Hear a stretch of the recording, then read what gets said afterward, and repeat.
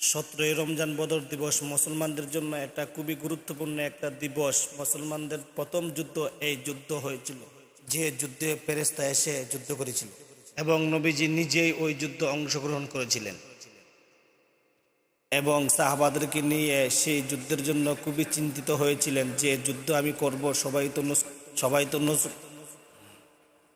সবাই তো নতুন মুসলমান হয়েছে, কারা কার বিরুদ্ধে যুদ্ধ করবে? বাবার বিরুদ্ধে ছেলে যুদ্ধ করবে, ছেলের বিরুদ্ধে বাবা তলোয়ার ধরতে হবে।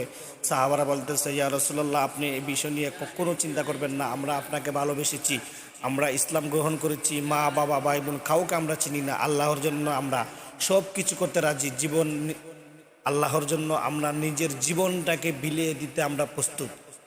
আল্লাহর রহমতে ওই যুদ্ধের মধ্যে আকাশ থেকে ফেরেশতা এসে সাহাবাদের পক্ষ হয়ে যুদ্ধ করেছিল।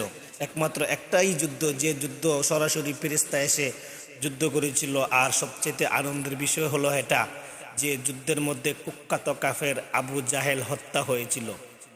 মুসলমানদেরই জয় হয়েছিল, যদিও মুসলমানদের সংখ্যা অল্প ছিল, কাফেরদের সংখ্যা বেশি ছিল। এটাই আল্লাহর সবচেয়ে বড় একটা নিয়ামত।